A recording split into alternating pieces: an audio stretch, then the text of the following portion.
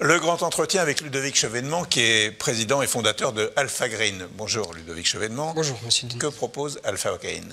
Alors, Alpha Green propose des innovations concrètes pour décarboner le parc actuel de motorisation essence, diesel, biocarburant. Comment avez-vous eu l'idée de créer cette société? Alors, je suis parti d'un constat assez simple, c'est que le réchauffement climatique n'est approuvé à plus personne et le domaine du transport est l'un des plus gros émetteurs, donc c'est clairement tout ce qui est motorisation.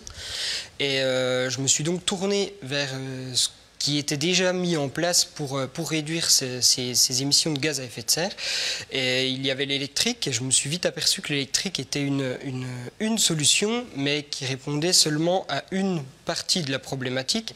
D'ailleurs, M. Tavares a été l'un des premiers à avoir le courage à mettre le point sur la table et dire qu'effectivement, de partir sur le tout électrique était une erreur, puisque du coup, c'est une solution, par exemple, pour une utilisation citadine, mais pour toutes les autres utilisations, c'est beaucoup moins vertueux qu'on pourrait le penser pour plusieurs raisons. À côté de ça, il y a l'hydrogène. On en entend beaucoup parler en ce moment parce que l'État investit massivement dedans et à juste titre, puisque c'est une énergie qui pourrait être propre, mais ça génère... L'hydrogène est lié à plusieurs problématiques. La première, c'est une question de temps. On a d'un côté le rapport du GIEC qui nous annonce qu'on a plus de 3 ans pour inverser la courbe des émissions de CO2. Et de l'autre, l'hydrogène, le temps que les technologies soient matures, commercialisables, commercialisées, le temps de remplacer le parc, on a encore quelques années devant nous, le temps de mettre en place toutes les infrastructures pour pouvoir alimenter des stations à hydrogène, on a encore quelques années devant nous. Alors quelle est la solution? Voilà, et du coup, de ces constats, j'ai trouvé assez logique qu'il était plus fort pour l'environnement de décarboner le parc actuel existant, même si le gain est de l'ordre de 10%, c'est toujours plus important de réduire les émissions de 100% du parc de 10% plutôt que de réduire de 50% une partie de ce parc-là. C'est pour ça que j'ai développé cette première technologie où j'utilise effectivement l'hydrogène, mais pour décarboner les moteurs essence diesel. Alors, j'utilise l'hydrogène. Grossièrement, on pourrait faire une analogie à détartrer une cafetière, tout simplement. En fait, du moment qu'il y a une combustion, ça crée de la suie. C'est pour ça qu'on ramone les cheminées, grossièrement. Nous, on ramone les moteurs. Cette suie s'accumule à l'intérieur des moteurs thermiques et engendre une augmentation de la pollution, de la consommation de carburant et des pannes assez onéreuses. Et le fait d'injecter de l'hydrogène de façon maîtrisée, avec la technologie que j'ai développée, on arrive à dissoudre l'intégralité de cette suie. Alors, ça se découpe en plusieurs phases, c'est qu'on se déplace. On intervient sur site, c'est nous qui nous déplaçons, la technologie est mobile. On analyse les gaz d'échappement. On se branche sur le véhicule, sur la prise diagnostique du véhicule. On analyse tous les paramètres moteurs pour faire un diagnostic précis du moteur, puisque du coup, ce qu'on appelle l'encrassement moteur n'est pas le même sur un véhicule qui fait de la ville, un véhicule qui fait de l'autoroute, une pelleteuse, un camion, une voiture.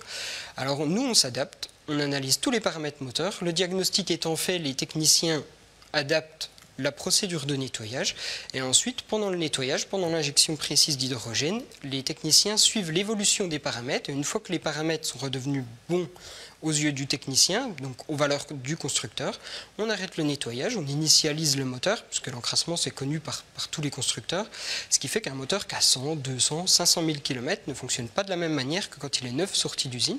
Donc nous, on initialise, il réenregistre lui-même ses paramètres, et à partir de là, on refait une deuxième analyse des gaz d'échappement, et du coup, on peut apprécier l'évolution de la partie mécanique, donc tout ce qui est par exemple un filtre à particules qui est colmaté à 70%, à la fin on voit qu'il est colmaté plus qu'à 2%, et puis après on peut apprécier la baisse des émissions polluantes, donc CO2, NOx, enfin tous les gaz connus aussi. Comment se fait le nettoyage alors? Alors on vient injecter l'hydrogène juste après le filtre à air et du coup notre station, ça fait partie du brevet que nous possédons. La station est connectée au véhicule, comme je le disais, par la prise diagnostique et du coup tout est maîtrisé, tout est surveillé par les techniciens et en fait la suite dissout, il y a certains paramètres très précis qu'il faut réunir et l'hydrogène dissout la suie. Et à partir de là, c'est comme ça que les techniciens ont un ordre de nettoyage et ils suivent l'évolution des paramètres et puis du coup, on arrive à des paramètres qui sont sortis d'usine. C'est vous qui avez créé ça? C'est ça. Ouais. C'est ça.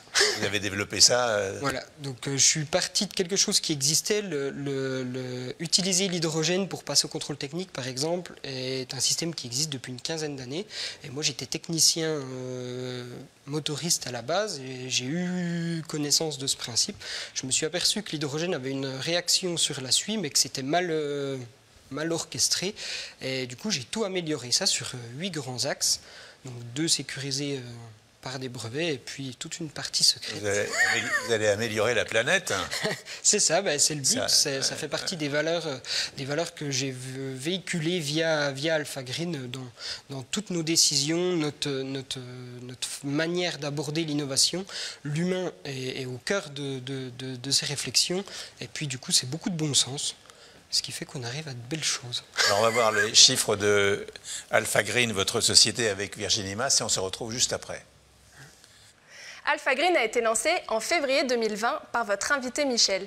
Seul maître à bord jusqu'en août 2021, il a depuis recruté 9 personnes. La jeune entreprise possède un brevet mondial pour la technologie de dépollution moteur qu'elle a développée et écoutez ce que cette technologie permettrait de faire. Si 10% du parc français de poids lourds et utilitaires bénéficiaient de cette technologie, nous réduirions les émissions d'environ 2 millions de tonnes de CO2 par an, soit 2 fois les émissions du Grand Besançon Métropole. Une estimation qui fait donc réfléchir. Enfin, Alpha Green projette de réaliser un chiffre d'affaires de 332 000 € en 2022. Donc on entend avec ce que vient de dire Virginie que si 10% du parc français vous suit, il y a 2 millions de tonnes de CO2 en moins. Ouais, par an. Ouais, du coup, c'est pas moi qui ai calculé ça, c'est un directeur régional de Total Energy. Parce que du coup, on a fait un bel événement le 22 juillet avec le président de la commission de l'aménagement du territoire du Sénat qui est descendu à Paris, la Fédération nationale des travaux publics qui est descendue aussi nous rejoindre pour cet événement. Tout le monde a eu un temps de parole, notamment Total Energy. Et du coup, Total Energy a évoqué ces chiffres que moi, je n'avais pas calculés. Mais effectivement, 10% du parc poids lourd, donc les engins de poids lourds et utilitaires bénéficiaient de notre solution, réduirait 2 millions de tonnes de CO2 par an. C'est l'équivalent du coup des émissions, de 2 fois les émissions du Grand Besançon Métropole, donc, ce qui est quand même assez important. Voilà, du coup, comment se développe votre société ? Vite, très vite, parfois trop, mais du coup on gère cette hyper-croissance du mieux qu'on peut, on anticipe un maximum. Et du coup, moi j'étais seul de la création. En fait, j'ai créé l'entreprise en février 2020, du coup 3 semaines après, Covid, arrêt total du monde, le timing n'était pas génial, mais du coup ça m'a permis de structurer l'entreprise, de créer un programme d'accompagnement, le programme by Alpha Green, de déposer les brevets, faire un petit peu tout. Et je suis resté tout seul jusqu'en août, et là nous sommes déjà 9 dans l'entreprise, et normalement pour répondre juste à la demande actuelle, il faudrait qu'on soit déjà une vingtaine pour la fin d'année. Et du coup, plus... Qui sont vos clients alors ? Du coup, on travaille principalement pour les entreprises de travaux publics, de transport et les collectivités. Sur les poids lourds, quoi. Voilà, c'est ça. Principalement sur de la grosse motorisation. On travaille aussi avec les particuliers, plus pour les aspects panne, puisqu'effectivement, un filtre à particules, il faut compter entre 1 000 et 3 000 €. Nous, le coût du nettoyage est bien moins élevé, donc on travaille, mais en partenariat avec des concessions. On ne travaille pas en direct. Donc vous faites le diagnostic et vous réglez le problème. Vous faites c'est ça. Le nettoyage moteur. Ouais, c'est ça. Très bien. Et quels sont vos objectifs? Alors aujourd'hui, j'imagine que vous avez beaucoup plus de demandes que de capacité à régler la demande. C'est exactement ça. On est en plein recrutement de techniciens, de gestionnaires d'entreprises pour le programme d'accompagnement. Et les objectifs, du coup, c'est un déploiement national qui va se faire d'une volonté personnelle, mais du coup le marché fait qu'on n'aura pas le choix non plus, donc très rapide. Et puis du coup un développement à l'international. Je suis fin septembre sur le continent africain, puisque du coup il y a des gros enjeux.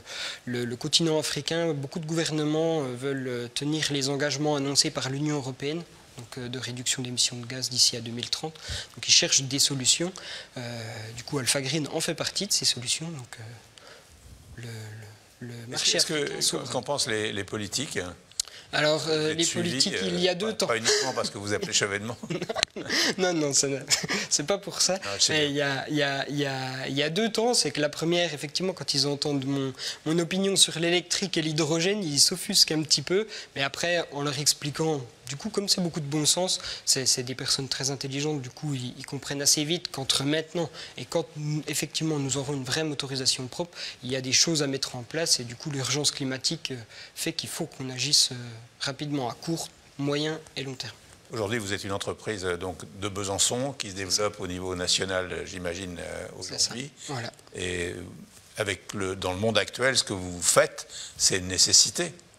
Exactement. Donc, pour moi, c'est difficile ouais. de dire ça, mais effectivement, il y a des gros enjeux. Et du coup, j'ai développé cette technologie pour le monde automobile. Et après, une fois que les résultats étaient bons, je l'ai redéveloppé pour la plus grosse motorisation. Et du coup, là, nous avons de la demande pour passer sur le ferroviaire, donc sur des motorisations encore plus lourdes. Et du coup, on redéveloppe notre technologie, on la redéveloppe pour ce marché-là. Et puis du coup, on a un panel assez large, j'ai fait pour qu'on puisse intervenir sur tous les moteurs. Donc les groupes électrogènes, par exemple, les hôpitaux, on ne pourrait pas penser que c'est des clients, mais ils sont tous équipés d'énormes groupes électrogènes pour éviter quelques soucis de panne électrique. Donc c'est des gros moteurs diesel. Et du coup, nous, on peut intervenir aussi là-dessus. Donc on a des clients vraiment partout. Et partout dans tout le monde. merci beaucoup. Merci à vous.